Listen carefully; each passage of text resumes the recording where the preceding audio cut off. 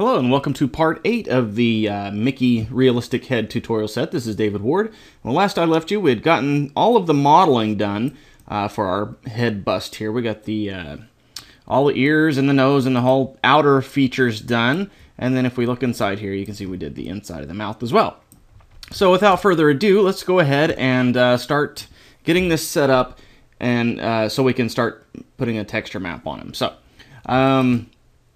let's go ahead and apply our mirror modifier. But before we do that, I want to make sure that the teeth inside here are not going to be merged together. So I'm going to tab into edit mode, and let's just take one of the faces of the outer face of the face and go ahead and hide those, just so I can look in here and make sure our teeth aren't going to be merged together. Go ahead and hide the inside of the mouth as well. I guess that's the tongue, and that's a tooth. So if I can actually just select the correct face, there we go. One. All right, so we'll hide that, and we'll zoom in here to the front teeth.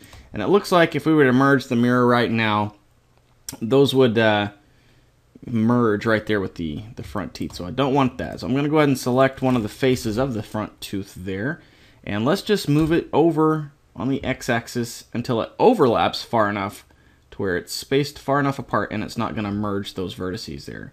Let's go ahead and hide the top front teeth there, so we can check the bottom ones. Bottom ones, they look okay, I think. Yeah, that looks fine. Okay, so now we can go ahead and just say apply the mirror.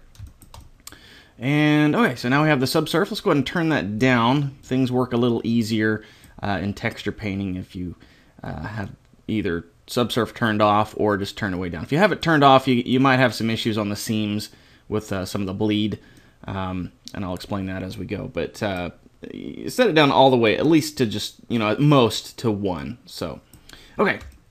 So let's jump in here and unhide everything. Let's make sure we have our UV coordinates all set up the way they need to be. Looks like we did a good job of that already. Got our ears and everything all set up. And let's go ahead and make sure inside the mouth. No, we just did this in part 7, but go around the mouth, the tongue, and okay, everything looks good to go. So let's unhide everything, and let's split our window up here to the little diagonal lines down there in the corner, and change this one to the UV image editor. And I'm going to select everything, and I'm going to go to the data tab right there, the little triangle, and we're going to come down here, and right now we don't have any UV maps, so we're going to change that. Let's go ahead and, actually we don't need to even create one. Once we hit U over here and say unwrap, it'll create one automatically. So this will be our final UV layout. All these guys are all his teeth, all these small things, the teeth and the ears are here, the gums, and this is the inside of the mouth, and the tongue is right there. So what we don't really need right here is the scalp, because we're really not going to see that. So we can kind of just grab that area there and just scale it down, just move it over here out of the way. So I'm going to select all the rest that's left, and I'm going to say UVs, average island scales, and they're already averaged pretty much, so we'll say pack islands this time. And I want to change the margin so we have a little bit more space in between, so there's not any overlap once we start painting. Like, say I start painting the back of his neck, and it accidentally has overlap onto the side of his head. We don't want that, so let's add a little bit more margin. So we'll say maybe 0.05 should give us enough space there. And then we can say UVs, pack islands. Okay, they're still packed good. Average the scale, good to go. Okay, so everything's all set. I don't like the layout of this. I like it doesn't really matter in the end, but I prefer, just for visual sake, the face part to actually be, right side up. So I'm just going to rotate that, get that set up like so. And then maybe the back of the head as well. Go ahead and rotate that -90 degrees. And you can arrange this however much you want. As long as it's still inside this pale gray grid pattern here, you can pretty much arrange it however you like, as long as it doesn't have overlap and it's inside those boundaries. So I'm gonna just rearrange these so we have a little bit better layout here. This is the gums. I'll just put those over here. And we'll just leave, tell you what, let's go ahead and just so it's all in the same area, we'll just scale that down. Go ahead and bring that back over here. It's not going to matter because, again, we're not going to see that, so it doesn't matter what texture that is going to have on it. So anyways, all right. So we have our base UV map set that when we actually start clone painting from the others, from the angles and everything, it'll paint to that and it'll be one big image. So speaking of the other angles, let's go ahead and start working on those. First one I want to do is the front view. So I go to the front view here in the main window here, the main 3D viewport. You can see front ortho right there, for front orthographic. If you hit the 5 button, it goes front perspective. We don't want perspective, we want orthographic, the flat view of the front. So we're going to go ahead and tab back into edit mode, and we're going to go ahead and create, over here on the UV maps, we're going to hit the plus sign. And go ahead and double click on that, and let's call this one front. And now what we'll do is over here, U, and we'll say project from view.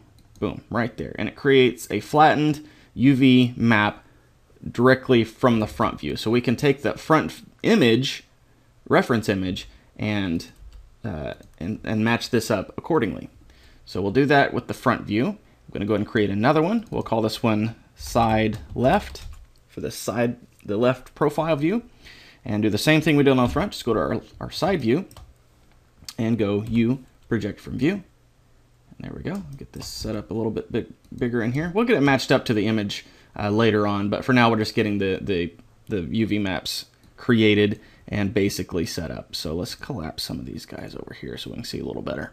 And we could probably go from just the front and left side for the most part, but then you know, since we have the reference for the other side and then from the back and also the top, might as well go ahead and use those. So make use of as much reference as you can. So we'll go ahead and hit the plus side there, double click on that side right, okay, and then we'll hold Control 3 and do the same thing, project from view. Go ahead and scale that up a bit. Okay, and then from the back, go over here, Control 1, go ahead and create a new map there, and we'll call this one back, okay, and you project from view. This one's almost like the front, but it's basically inside out. It's the opposite of the front, it's the back. Okay, and then from the top, finally, hit the plus sign and top. And we'll go to our top view and you project from view. And we'll just go ahead and scale that up. Okay, now, before we actually get in and start painting on this, let's go ahead and save. I want to modify the reference images so it'll save us some time later on. Let me go ahead and open up Photoshop here. Now, when we start painting, if we just use this, we're going to have all these lines, and we'll actually have the image of his eye painted onto his face. We don't want that. We want to actually use the eyeball that we modeled, and then also use the wrinkles and everything that we're going to model, and then use the particle hair instead of his actual eyebrows. So what we're going to need to do, you can go ahead and paint like this, but then you'll have to come back later and fix it. So it'll be easier and faster if you just do it from the get-go.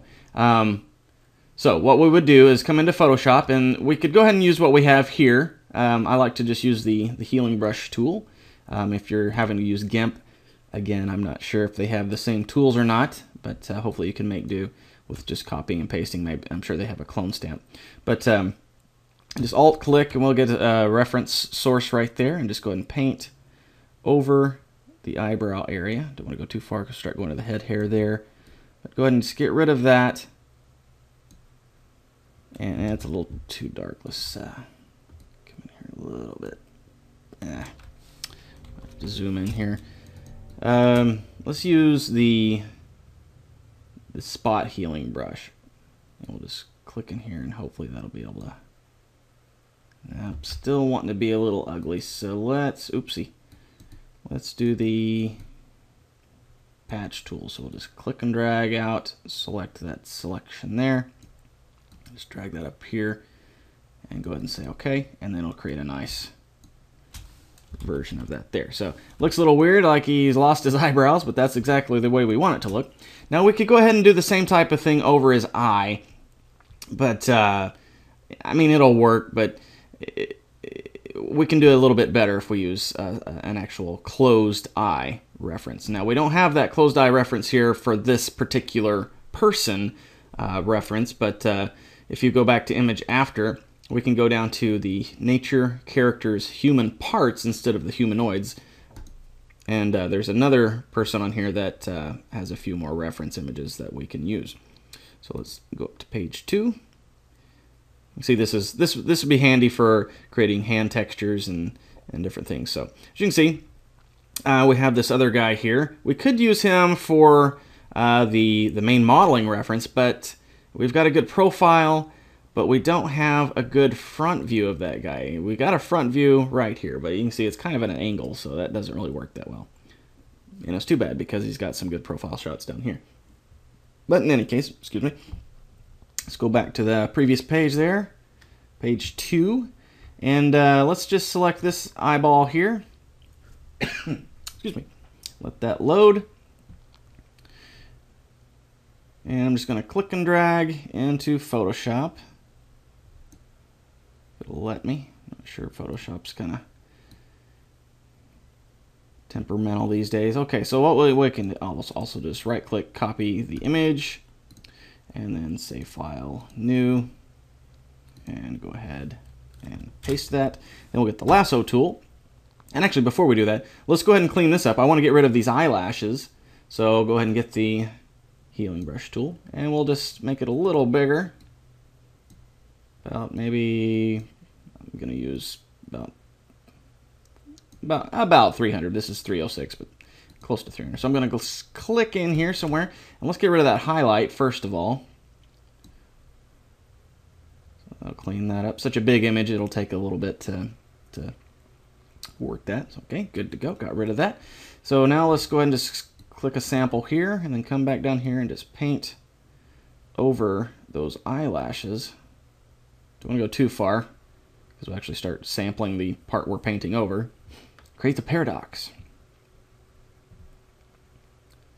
So as soon as that cycles, we can get the rest of the eyelids, or the eyelashes, cleaned up. Get rid of that mole. Okay, and as soon as this cleans up, let's go ahead and we'll clean up the highlights a little bit better, and then we'll copy this eye socket to our original source image there. Okay, so we'll clean this up there. And then clean that one up. And grab our lasso as soon as it lets us. There we go. And we'll just select around that eye socket. And just come over here, hit the V button, so we're the move tool. And just click and drag. And it's really big compared to the other source image, so we'll just scale that down and put that over his eye there. So about right there. And you can see it's obviously the wrong shade, the wrong tone. So let's go to adjustments, and we'll say brightness contrast. And I don't want to use legacy on this one. I want to use the newer versions. We'll just lower the contrast and up the brightness. Maybe not so much the brightness, just the contrast. So about right there, we'll say OK. Then image adjustments, hue saturation. Kind of lower that saturation down. You can see that's almost the same tone now. So about right there. Okay, so now I just want to soften the edges of this so it lays on top of our original image a little better. So I'll get the E, the eraser, make that quite a bit smaller, and just come in here real gently around the edges. Just clean that up. Now we'll have to come in here and fix the shadow too, because we don't want that shadow being there. Come a little too far in there. About like so. Okay, so that'll work. I'm going to minimize this, get out of the way. So I'm going to copy that over to the other side and just click and drag down to the new layer. And then I can hit Control T and come up here on the width, 100%, say negative 100%. Go ahead and hit Enter and just drag that over and cover up that eye. So this way we can retain some of these wrinkles down here. We don't want them quite so deep, so we'll clean those up with the eraser or with the healing brush tool momentarily. But let's get that situated. And let's go ahead and back to our original layer. Grab our Band-Aid tool, the healing brush tool, and let's make it quite a bit smaller now. We're back to the smaller resolution image. Go ahead and click up in here just to get some nice smooth skin. And we'll clean up that shadow right there. Okay, so now let's get rid of the other eyebrow, doing the same thing we did on the right side, the left side of his face. Just clean this whole area up to about right there. Maybe down a little bit into there. We can kind of spot clean as we need to. Good. Okay, then we'll use the same technique to get rid of the edge of it, the patch healing. So just click and drag the selection around there. Drag this up like so. And there we go. All right, now like I said, let's get rid of some of these wrinkles just a little bit. And I'm just going to use a spot healing brush this time. Make it a little smaller. And just kind of run in here over these wrinkles. Yeah, it's not really doing like I'd like, so tell you what, let's go back to the healing brush tool and do the same thing like we did on the eyebrows. Maybe a little smaller. Just get rid of some of these deep wrinkles.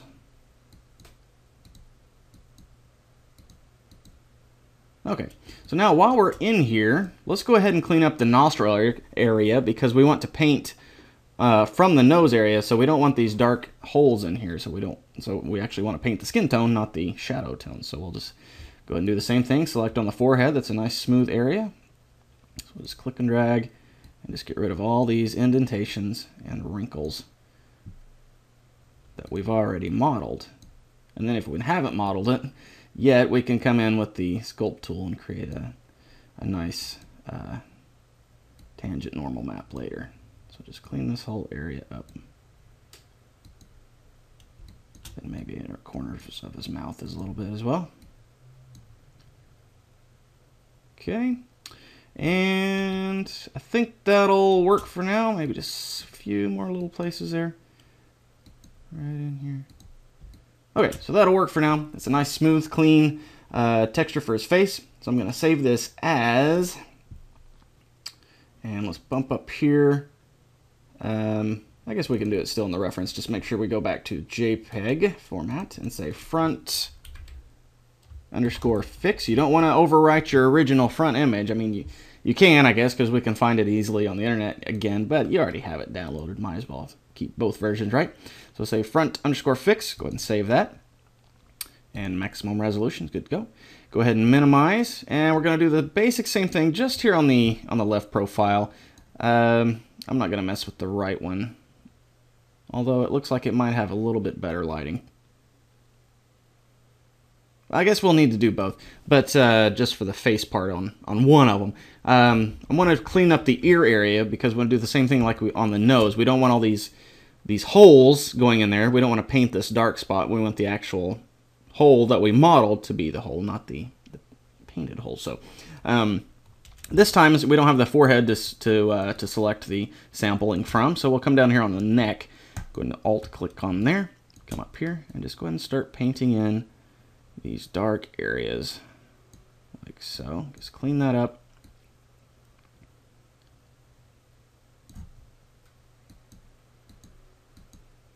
So we still have the actual skin tone of the ear, and that's area of the ear, but we don't have the dark shadows that would ruin the illusion. Okay, love this healing brush. You can do all kinds of funky looking stuff with it, make people look like burn victims or something like that. Okay, so since we're going to be painting the side of his face from this image, let's go ahead and clean up some of the wrinkles and the eyebrows on this one as well. This one we can kind of grab the forehead, so we'll just click and drag that spot there and come down in here, clean that up, and I guess that works all right. Same thing up here. We'll probably get a little bit of red tone from that brick right there. No? Okay, good to go. And then we'll just clean up his whole eye area there. Okay, and then also the side of his nose and the nostril. Oops, a little too far. Let's go ahead and select right there, get a little bit better sample. Okay, so that'll work for that, I think. Yeah, let's go ahead and save this as, And this time we'll say, which is the left one, profile L underscore fix, just like we did on the front. Go ahead and save that. All right. And okay, while we're at it, let's go ahead and just do the same thing on the right side that we did on the left side. Excuse me, it won't take long. So just alt sample one of the spots on the neck and just paint the ear shadows in like so.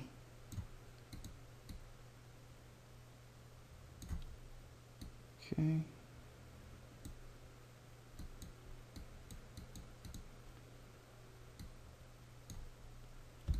All right. It's funny. It's amazing how that can make that just disappear and still look natural for the most part. I mean, it looks unnatural because he's missing his ear, but the skin tone and everything looks a lot better than just trying to use the clone stamp tool. So anyways, let's go ahead and get rid of his eyebrow. Actually, let's, oopsie. Undid too many times. Get a little higher up on his forehead there for the eyebrow.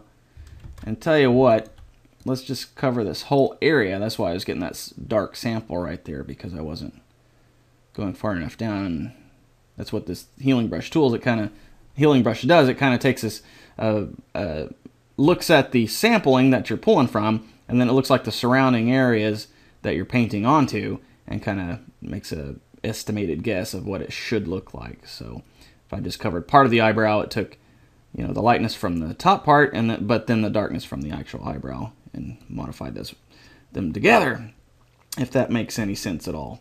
So that's why it was doing that dark spot on the bottom there. So anyways, let's get this all cleaned up. And then inside the nostril area again, and this spot there.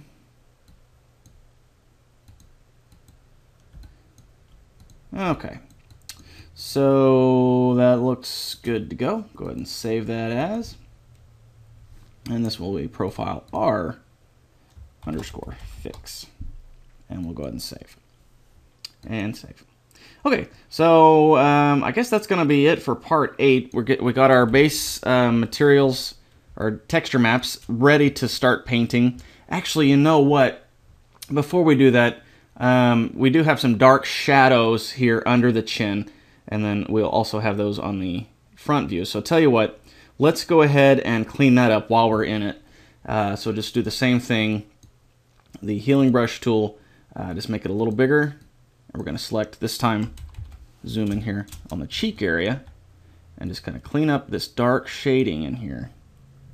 And hopefully we can get that looking a little bit better for when we start painting. Won't be quite so dark. A little higher up, maybe. Looks like he's got a rash or something coming in with that red brick. But it's better than the dark shadow. So we'll go ahead and, okay, go ahead and save this one, because it's still the fix. And let's go ahead and open up those other guys we just worked on. So front and then left. Go ahead and open those. And let's go ahead and fix the shading under his jaw here.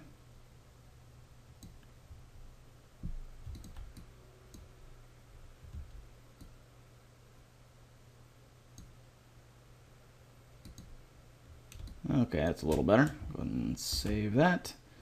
Close it out, and then we'll try to get a nice chinless transition between his face and his neck. Just easier for painting purposes, for texture painting. Looks a little odd, but everything else does now too, because he doesn't have any eyelids or anything. So funny stuff.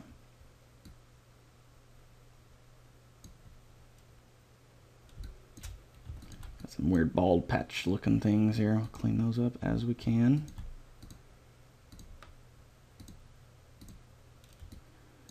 Okay, so hopefully that'll look a little bit better once we get it painted on there. So let's go ahead and save that.